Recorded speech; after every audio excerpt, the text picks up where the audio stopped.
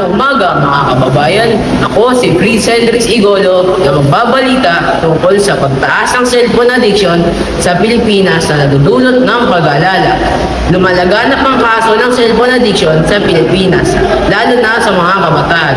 Ayon sa isang pag-aaral ng isang local university, halos 70% ng mga kabataang Pilipino ang gumugulgol ng higit 8 oras kada araw sa paggagamit ng kanilang mga cellphone na nagdudulot ng negatibong epekto sa kanilang kalusugan, pag-aaral at relasyon sa pamilya. Ayon kay Dr. Maria Santos, isang eksperto sa mental health, ang sobrang paggamit ng cellphone ay maaaring magdulot ng nomophobia o ang takot na walan ng access sa mobile phone. Kabilang din sa mga epekto nito ang kawalan ng focus, insomnia at depression. Bilang tugon, naglulunsad ang Department of Education ng mga programang magtuturo ng digital discipline sa mga kabataan at nagpapalaganap ng alternatibong libangan tulad ng sports at community activities.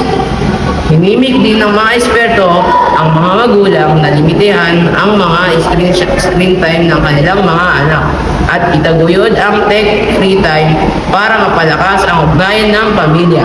Ang teknolohiya ay mahalaga ngunit kailangan natutunan ng tamang paggamit ito, sabi ni Dr. Santos.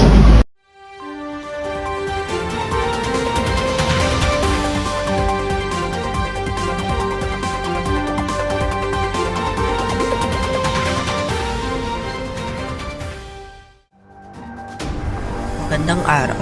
Narito ang pinahuling balita. 2 inosenteng tao ang nasaksak sa isang pampublikong lugar matapos ang isang marahas na insidente na kinasasangkutan ng isang hinihinalang drug dealer. Ayon sa mga otoridad, patuloy ang kanilang pagtugis sa sospek na agad tumakas matapos ang krimen. Kasalukuyang isnasagawa ang masusing investigasyon upang matukoy ang motibo sa likod ng karumal-dumal na insidenteng ito.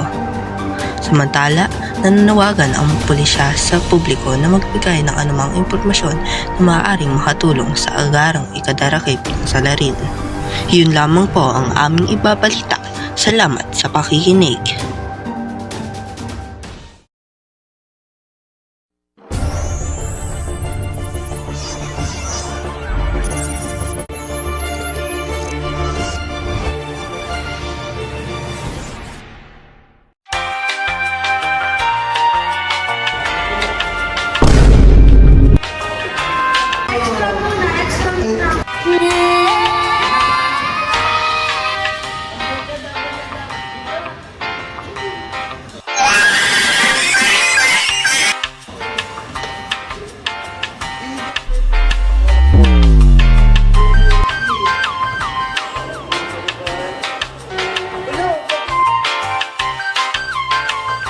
Batiin to!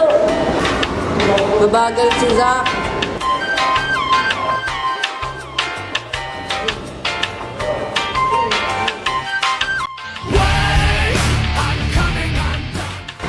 Magandang umaga mga kababayan. Magandang umaga mga kaklase. Isa pa.